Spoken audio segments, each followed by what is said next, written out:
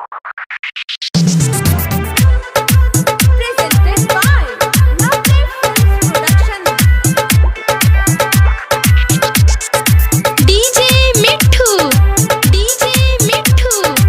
राजा पटसोनी।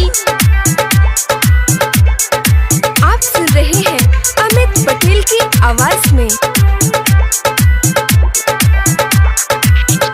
हम होश में नइखी होत बा अइसन फील रे।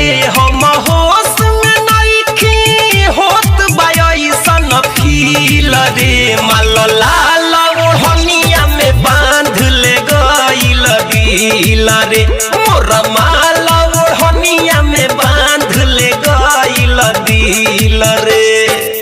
बिहुक बिहुक के ठुनुक ठुनुक के कुहुक कुहुक के सुसुक सुसुक के रे रोहवत बहनी जियल भइल मुश्किल रे।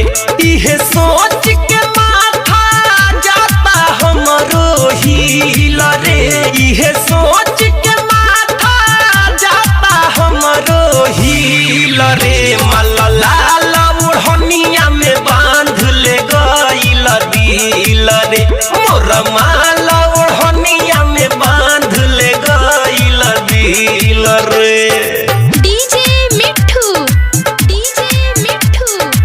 राजा पटसोनी।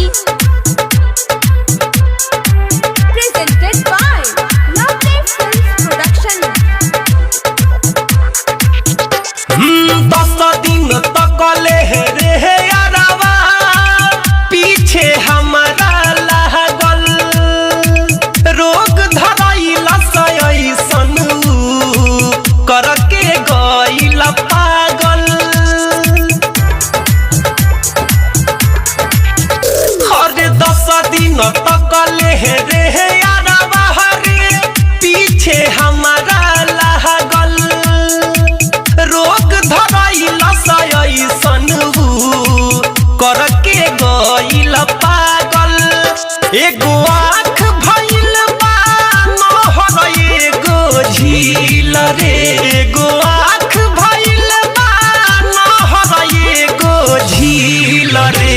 मोर माल ओढ़निया में बांध ले गइल दिल रे।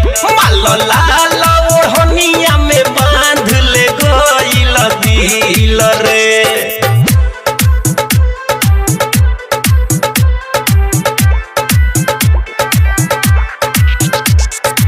डीजे मिट्ठू राजा पटसोनी। आप सुन रहे हैं अमित पटेल की आवाज में।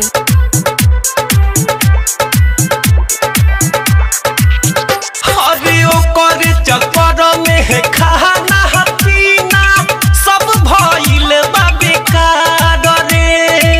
नैन से निंदिया छीन ले दिया दिल से हमारा करार रे।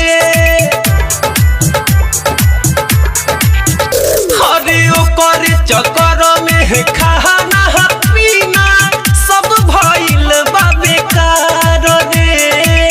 नैन से निंदिया छीन ले दिया दिल से हमारा करार रे। जब देखी ना ओहो के तो मनवा होला छिल बिल रे। जब देखी ना ओहो के तो मनवा होला छिल बिल रे।